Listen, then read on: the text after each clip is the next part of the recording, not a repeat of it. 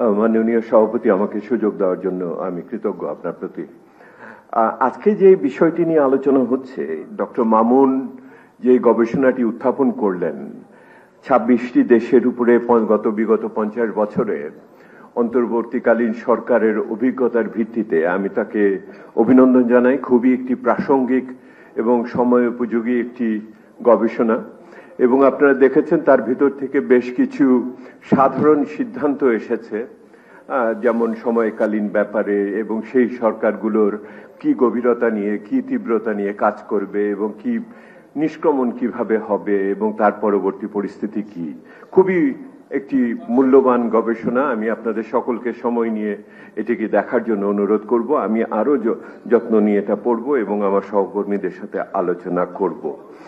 এটা যেই গবেষণা পদ্ধতি এটাতে প্রয়োগ করা হয়েছে, এটা ঐতিহাসিক, যেটাকে আমরা বলি যে উনি হরাইজন্টাল ডিসকাশন করেছেন, ক্রস কান্ট্রি ডিসকাশন করেছেন, অর্থাৎ এটাকে সেইভাবে আনুভূমিক আলোচনার সুযোগ আছে কিনা সেটা দেখার বিষয়। অর্থাৎ ওনার এই হরাইজন্টাল আলোচনাটা, বিভিন্ন ক্রস কান্ট্রি আলোচনাটা পারপাসিভ স্যাম্পলের ভিত্তিতে, কিন্তু এটাকে আরো গভীরভাবে অনুধাবন করলে আজকে প্রাসঙ্গিক করতে হলে আমার বাংলাদেশ নিয়ে আসাটা প্রয়োজন। এবং এখন পর্যন্ত যারা আলোচনা করেছেন বাংলাদেশের বিভিন্ন বর্তমান পরিস্থিতি এবং ইত্যাদি নিয়ে হয়েছে। আমি আপনাদের নিশ্চিন্ত করতে চাই, আমি অর্থনীতির মতো একটা নিরস বিষয় নিয়ে এই মুহূর্তে আর আলোচনা করব না। কেউ কেউ করেছেন এবং ডক্টর মামুনও কিছু উল্লেখ করেছেন। আমি একটু ইতিহাসের দিকে ফিরে তাকিয়ে বাংলাদেশ থেকে কি কি শিক্ষা আমরা নিতে পারি এই অন্তর্বর্তীকালীন সরকারের ভিতর থেকে, সেটা আপনাদের সামনে 3-4টা বিষয়ে আমি খুব সংক্ষেপে উত্থাপন করতে চাই, যেগুলি আমার কাছের থেকে দেখার সৌভাগ্য বলেন দুর্ভাগ্য বলেন হয়েছিল। প্রথমত, একটি অন্তর্বর্তী সরকার বা একটি তত্ত্বাবধায়ক সরকার অন্তর্বর্তী সরকারের একটি রকম ফের। সাধারণ জেনারিক টার্ম হলো অন্তর্বর্তী সরকার, আর কেয়ারটেকার সরকার তার একটি বিশেষ প্রকাশ। তো বাংলাদেশের ইতিহাসে আপনি যদি দেখেন এই সরকারের প্রয়োজনীয়তা কেন দেখা দিল, বাংলাদেশের ইতিহাসে আপনারা বলবেন দুর্বল রাজনৈতিক পরিস্থিতি, অর্থনৈতিক বিশৃঙ্খলা বা রাষ্ট্রীয় প্রতিষ্ঠানের দুর্বলতা, স্বাধীন আপনি নির্বাচন কমিশন ইত্যাদি না থাকার। আমি এগুলোর নিচে আপনাদের কাছে নিয়ে যাই। যখন কোনো রাজনীতিবিদ সাংবিধানিকভাবে শান্তিপূর্ণভাবে ক্ষমতা হস্তান্তরকে আটকে দিতে চায়, তখনই রাষ্ট্র ব্যবস্থা ভেঙে পড়ে। এবং তখনই রাষ্ট্র ব্যবস্থা ভেঙে পড়ে, তখনই একটি জরুরি ব্যবস্থার প্রয়োজন করে। এবং আপনারা যদি ফিরে দেখেন, প্রথম রাষ্ট্র ব্যবস্থার এইরকম ভঙ্গুর পরিস্থিতির সৃষ্টি হয় এরশাদ সাহেবের শেষের দিকে। আমরা 90-এর গণঅভ্যুত্থানে অংশগ্রহণ করেছি এবং সেই সময় আমার খুব কাছের থেকে দেখার সুযোগ হয়েছে কিভাবে সাংবিধানিকভাবে ধারাবাহিকতা রক্ষা করে এই ধাক্কাকে আমরা সামলাবো। আপনাদের মনে আছে কিভাবে আমরা যেই কর্মসূচি তৈরি করা হয়েছিল সেই সময়, সেটা হলো, এবং আপনারা জানেন নাগরিক সমাজের পক্ষ থেকে এটা তৈরি করে পরবর্তীতে রাজনীতিবিদদের সাথে আলোচনার মাধ্যমে সেই সময় করা হয়েছিল। সেটার ভিতর আমি নামগুলো আর নিলাম না, সেই সমস্ত ব্যক্তিত্বদের, তাদের অনেকেই এখন পৃথিবীতে নেই। সেটা হলো যে উপরাষ্ট্রপতি পদত্যাগ করবেন, উপরাষ্ট্রপতির জায়গায় প্রধান বিচারপতিকে নিয়োগ দেওয়া হবে এবং তারপর রাষ্ট্রপতি পদত্যাগ করবেন এবং উপরাষ্ট্রপতি পদ হবেন। এইভাবেই জাস্টিস শাহাবুদ্দিন রাষ্ট্রপতি হয়েছিলেন। দেখেছেন, যখন আমি সাংবিধানিক সাধারণভাবে ক্ষমতা হস্তান্তরের যে সাংবিধানিক প্রক্রিয়া তাকে যদি বাধাগ্রস্ত করি তাহলে এটা হয়। এরপরে এটা হলো প্রথম তত্ত্বাবধায়ক না, আমাদের অন্তর্বর্তীকালীন সরকার কিভাবে এসেছিল। দ্বিতীয়, যদি আপনি লক্ষ্য করে দেখেন যে দুর্ভাগ্যজনক পরিস্থিতিকে পরবর্তীতে শেখ হাসিনা ব্যবহার করার চেষ্টা করেছেন, তার সাংবিধানিক ভাবে তত্ত্বাবধায়ক ব্যবস্থাকে উঠিয়ে দেওয়ার, সেই সময় আমরা সবাই মিলে রাজনৈতিকভাবে জাতীয়ভাবে ঐক্যমত্য করি অন্তর্বর্তীকালীন সরকারকে আমরা সংবিধানের ভিতরে অংশ করে দিব। করলাম, কিন্তু লক্ষ্য করে দেখেন, আপনাদের অনেকের মনেই হয়তো এই স্মৃতিটি কষ্ট সৃষ্টি করতে পারে। আমার মনে আছে আমার খুব একজন কাছের মানুষ ছিলেন, চলে গেছেন। বাংলাদেশের অর্থনৈতিক ইতিহাসকে যিনি খুবই জীবৎকালে লিখে গেছেন, ব্যারিস্টার মওদুদ আহমেদ। আমি মওদুদ ভাইকে বলেছিলাম, মওদুদ ভাই, আপনি যদি বিচারপতিদের অবসরের বয়স না বাড়াতেন এবং জাস্টিস হাসানকে আপনার প্রধান বিচারপতি হিসেবে সর্বশেষ হিসেবে তাকে তত্ত্বাবধায়ক সরকারের প্রধান না করতেন, তাহলে তো বাংলাদেশের রাজনৈতিক ইতিহাস ভিন্ন হতে পারত।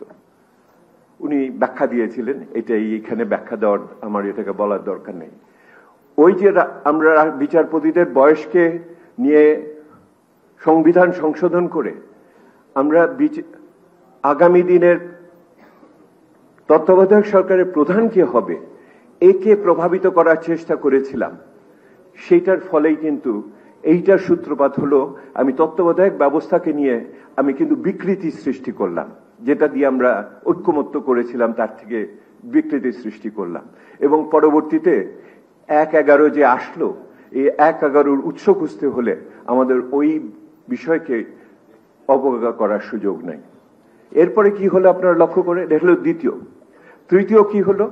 তৃতীয় হলো শেখ হাসিনা এই পুরো তত্ত্বাবধায়ক সরকারকে সংবিধান থেকে তুলে দিল এবং বিচার ব্যবস্থায় এখন তো এটা আপনার হাইকোর্টের আয় হয়ে গেছে, আমার রিভিউ হবে অ্যাপেলেট ডিভিশনে। রিভিউ হলে আমরা পুরনো তত্ত্বাবধায়ক ব্যবস্থাকে পুনঃস্থাপন করতে পারবো। তার তাৎপর্য বর্তমান অন্তর্বর্তীকালীন সরকারের জন্য আইনানুগভাবে কি হবে সেটা আরেক আলোচনা, আরেকদিন করা যাবে। কিন্তু আপনি দেখেন শেখ হাসিনা কি করলেন, উনি এই পুরো ব্যবস্থাটাকেই তুলে দিলেন কি এটাকে অগণতান্ত্রিক ইত্যাদি বলে, এবং বিচার ব্যবস্থাকে ব্যবহার করে, আমরা ইংরেজিতে বলি ওয়েপেনাইজেশন অফ দি জুডিশিয়াল সিস্টেম, মানে ওইটাকে বিচার ব্যবস্থাকে অস্ত্র হিসেবে ব্যবহার করে এটা করলেন।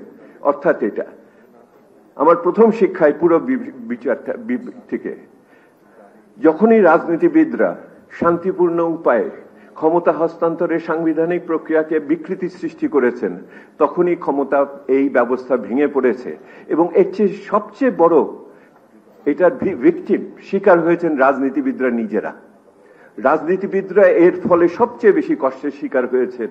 সেটা আপনি এরশাদ পরবর্তী কথা বলেন, 1/11 বলেন, যে কষ্টের কথা বলবো, এমনকি শেখ হাসিনা এবং তার উত্তরে রাজনীতিবিদরাই কিন্তু এর জন্য সবচেয়ে বেশি ভিকটিম, এটার ফলাফলের শিকার হয়। আমি দ্বিতীয় বিষয় আপনাদের বলি। দ্বিতীয় বিষয় হলো একটি নির্বাচন, এটার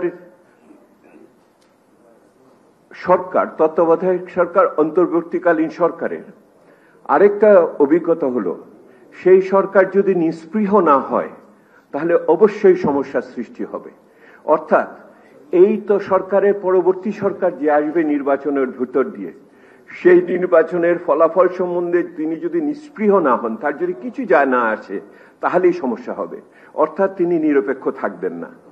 যদি আপনি মনে করেন আপনার নিয়োগকর্তার পক্ষে আপনি কাজ করবেন, তাহলে সেই সরকার কিন্তু নিস্পৃহ হলো না। সেহেতু নিস্পৃহ থাকতে হবে। ফলাফলের সম্বন্ধে পরিষ্কারভাবে তার কোনো আসা যাবে না, এইরকম মনোভাব যদি পরিষ্কার না হয়, তাহলে এইটার ভিতর দিয়ে এই সরকারের সমস্যা হবে।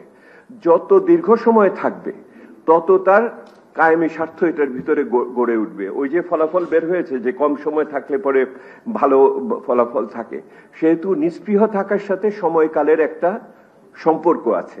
যদি বেশি সময় থাকেন তাহলে আপনার স্বার্থ সৃষ্টি হয়, ওই তখন স্বার্থ রক্ষা করার জন্য আপনি আরো দীর্ঘ সময় থাকতে চান। সেহেতু আমি আবার বলছি, নিস্পৃহতা আরেকটা বড় অভিজ্ঞতা আমাদের এটার ভিতরে এসছে।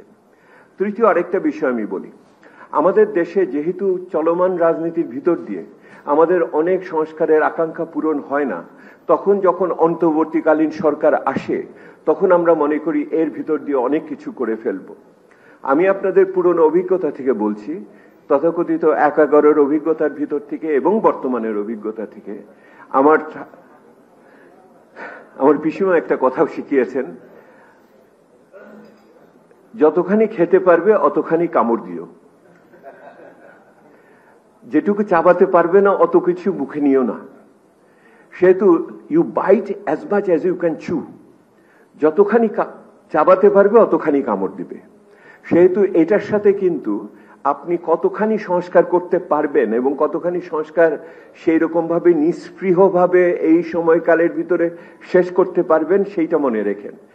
সংস্কার চলমান প্রক্রিয়া হিসেবে অনেক সংস্কার অসম্পূর্ণ থাকবে, অনেক সরকার পরের সরকার করবে, এইটার ভিতরে আপনাকে মেনে নিয়ে আগামীতে ধারাবাহিকতার ভিতরে থাকতে হবে।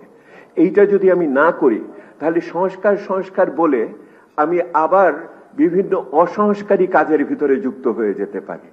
এইটার একটা বড় বিষয় রয়ে গেছে। এটা আমার একটা বড় অভিজ্ঞতার অংশ হিসেবে আমি আপনাদের বলি। আমি একজন সংস্কারবাদী শব্দটা আবার কিন্তু একটু বাজারে ফিরে এসেছে, তাই না? 11-এর পরে যেটা খারাপ হয়ে গেছিল, আবার সংস্কারবাদী বললে এখন আর অত খারাপ বলে না ইদানিং কালে, এখন অবশ্য ফ্যাসিবাদী বলে। আচ্ছা, যাই হোক, তো এইটাও শব্দের বিভিন্ন একটা আবহাওয়া আছে, মৌসুম আছে। আমার শেষ 4 নম্বর বিষয়। 4 নম্বর বিষয় হলো প্রত্যেকটা তত্ত্বাবধায়ক সরকার, আপনারা লক্ষ্য করে দেখেন, তারা কিন্তু এর আগের যে 3টে গেছে তাদের প্রত্যেকের একটা নিষ্ক্রমণ পথ ছিল, এক্সিট পলিসি যেটাকে বলে।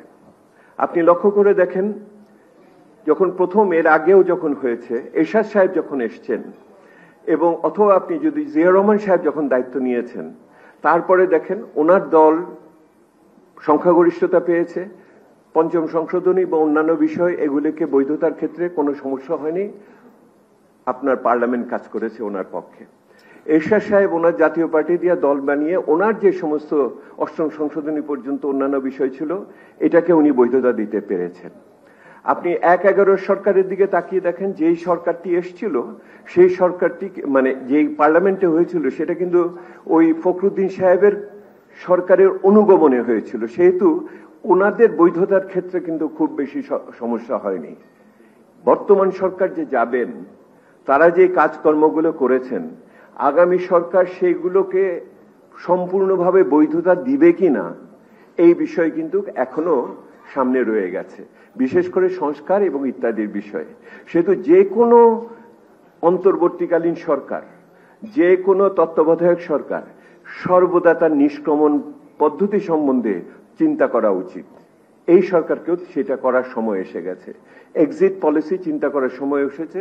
এবং একই রকম ভাবে এটাকে যেটা করলে ডিউটি কমপ্লিশনের রিপোর্ট দেওয়ার সময় হয়ে গেছে, অর্থাৎ ওনারা এন্ড অফ টাস্ক রিপোর্ট লাগবে, অর্থাৎ ওনার এই মুহূর্তে উনি আর যেটুকু সময় আছে এর ভিতর দিয়ে কি অর্জন করে বের হয়ে যেতে চান সেইটা ওনাদের এখন বলার সময় এসেছে, কোনো একটা জাতির উদ্দেশ্যে ভাষণের ভিতর দিয়ে। এটা শুধু নির্বাচনের তারিখ নিয়ে আমরা যে চিন্তিত সেটা না, কি কি আকাঙ্ক্ষা নিয়ে এই সরকারকে আমরা নিয়ে এসেছিলাম সেইটা সমাপনের ক্ষেত্রে কি কি করে যাচ্ছেন এবং কি কি আগামী সরকারের জন্য রেখে যাচ্ছেন, এই স্বচ্ছ বক্তব্য এটা এক্সিট টাস্ক আমরা রিপোর্ট যেটাকে বলি করার একটা সময় এসে গেছে। আমি শেষ করে যেটা বলতে চাই, শেষ বিচারে আমার অন্তর্বর্তীকালীন সরকারের মূল অভিভাবক হলো রাজনীতিবিদরা। যদি রাজনীতিবিদরাও এই প্রক্রিয়াকে ঠিক রাখতে না চান তাহলে কেউ ঠিক রাখতে পারবে না। এই প্রক্রিয়ার অন্তর্বর্তীকালীন সরকারের সবচেয়ে বড় সহায়ক শক্তি হলো রাষ্ট্রের অন্যান্য অঙ্গ প্রত্যঙ্গ, আমলারা যারা উর্দি পড়েন, যারা উর্দি পড়েন না, অর্থাৎ সেনাবাহিনী, আইন শৃঙ্খলা বাহিনী, আমলা ইত্যাদি। এটা সহায়ক শক্তি হিসেবে নির্বাচন কমিশন কাজ করতে হবে। কিন্তু যদি বলেন সবচেয়ে বড় রক্ষককে, সবচেয়ে বড় রক্ষক হলো নাগরিকরা। নাগরিকরা যদি কণ্ঠস্বর দিয়ে আমরা ঠিক রাজনীতিবিদ এবং সহায়ক শক্তিকে পথে না রাখি তাহলে এই তত্ত্বাবধায়ক সরকার কাজ করবে না। আর এই নাগরিক শক্তির একটা বড় অংশ অবশ্যই মিডিয়া। আপনারা সকলে ভালো থাকবেন। আশা করি আমরা এই যাত্রায় একটা ভালো উত্তরণের ভিতরে ক্রমান্বয়ে উপনীত হব, প্রত্যাশা রইল। ভালো থাকবেন, ধন্যবাদ।